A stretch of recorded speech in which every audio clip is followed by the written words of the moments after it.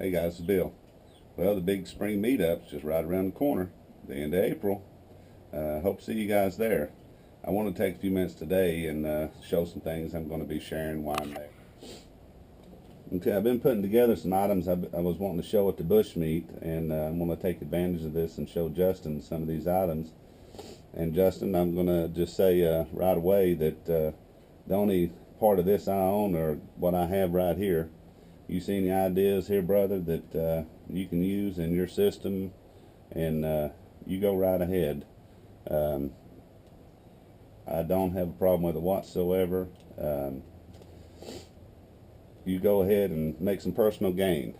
You go ahead and gain something and get that business up, and you've already got some great products. But if any of these ideas you're interested in, go for it. I'll not have nothing to say about it.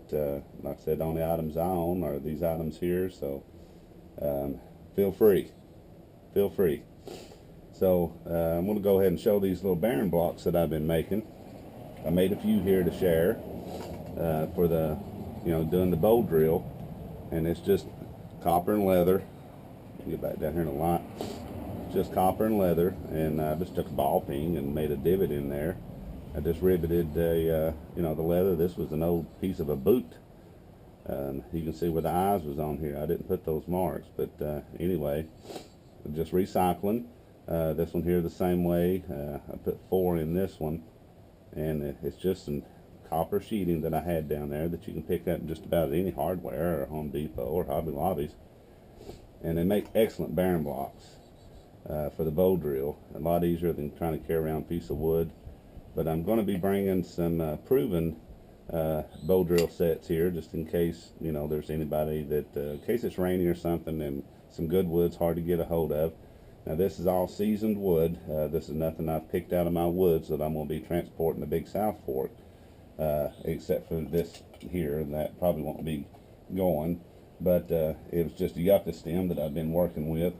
But these here are just old pallet block seasoned wood, and these spindles were parts of these that I broke, that I split off. So I'm not going to be transporting any stuff to the, from my area out there. So anyway, let's get back to this. These are just a couple bearing blocks. I think they look pretty cool. They work really well. They don't heat up at all with that big thick leather on there. So I've got those two, and now this one here is like another kind of cool design. Made the rings that, and by the way, this is not blood on my finger. That's a stain from something else I was doing.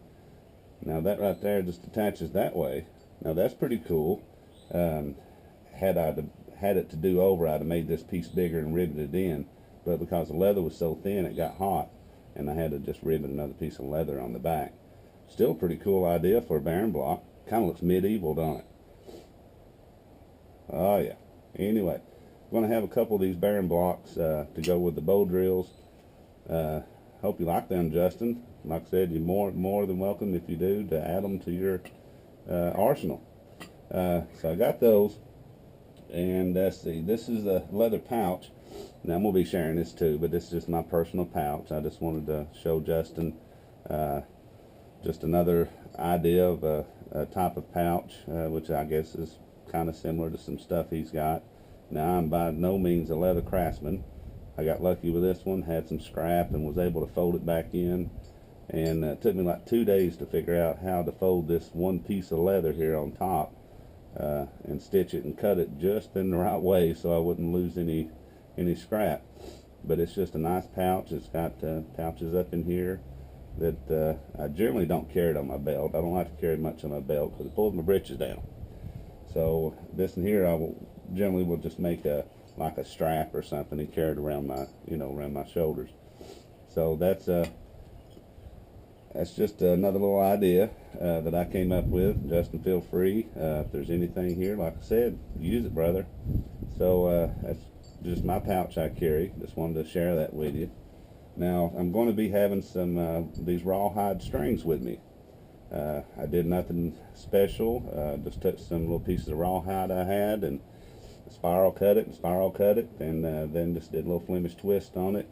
So I made a couple really good bow strings. I mean, if you never use rawhide on your bow strings, you need to try it, because these things just hardly ever wear out. I've used this one, this first one here I made for all these trials and tests in here, because I've been practicing. I'm not going to get caught at the meet and not have my fire skills honed up just a little bit. So this one's made it through all of them, and it's still really good shape. And I made another one here that's I've not, well, I think I used it once, and but it's a little bit thicker. And again, it's just so people can try some new things. Now, I did this little guy here as kind of like a little experiment. I was really interested in, and be honest with you, I've not succeeded in doing the hand drill. I've tried my best, so I hope somebody can teach me. This little guy here I came up with, which is just rawhides, one piece. I just cut a couple thumb divots in there so that, you know, I could put a little more downward pressure, and it works good, holds up good. But I just can't succeed in doing the hand drills, or I haven't yet anyway. Okay, a couple more items. Justin, now this is really easy, or anybody else that wants to attempt a nice little good brass tinder can for themselves. I made this one. It was real easy. Now what I done, and I'll try to get a little closer here in a minute where I can get in the sun, but I just got this sheet brass at Ace Hardware, just small sheets. I cut me some places out of it and just bent it to shape, and I actually took little brazen rods and sealed these corners up on these guys, and I made that hinge too out of just a piece of solid stock and a piece of tubing. Cut it twice, and you can see why I brazed those welds on there. Now this guy could be polished up something fierce. This could almost, I mean, this is solid brass. Real easy to make, just a couple hours of work, just a little tapping and bending. Brass bends really easy.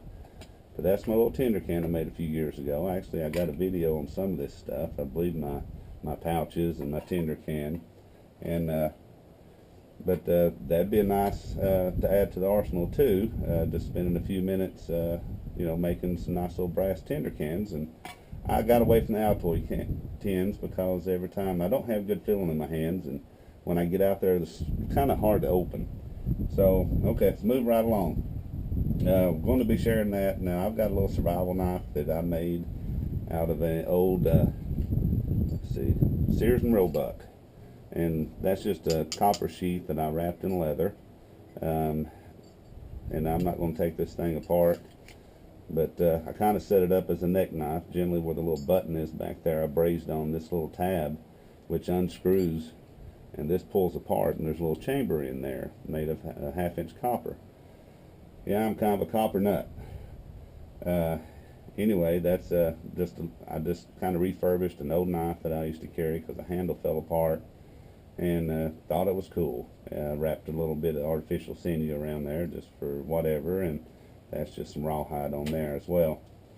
Okay, now I'm going to be sharing these guys too. Let me get my lighter here. Now these guys here will probably not make it back home with me. I carry one right in the, let me get my staff.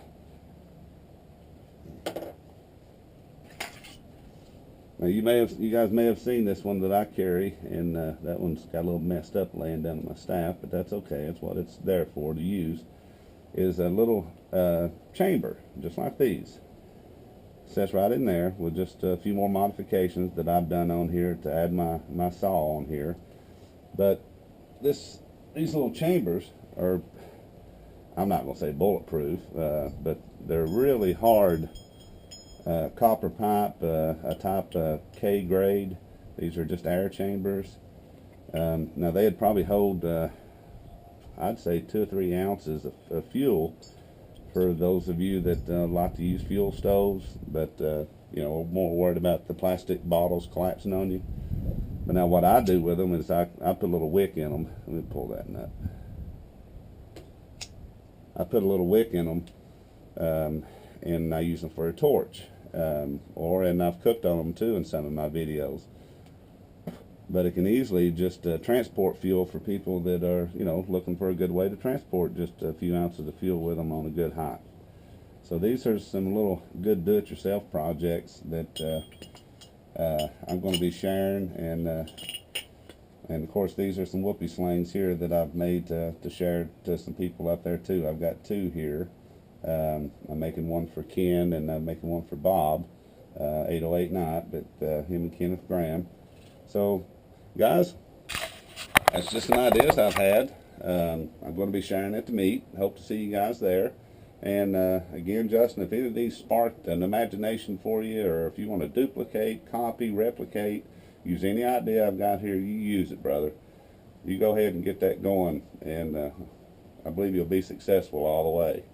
So hope to see you at the meet, and I hope these are some good, inspiring ideas for some people, and I will be sharing them in person. All right, thanks, guys.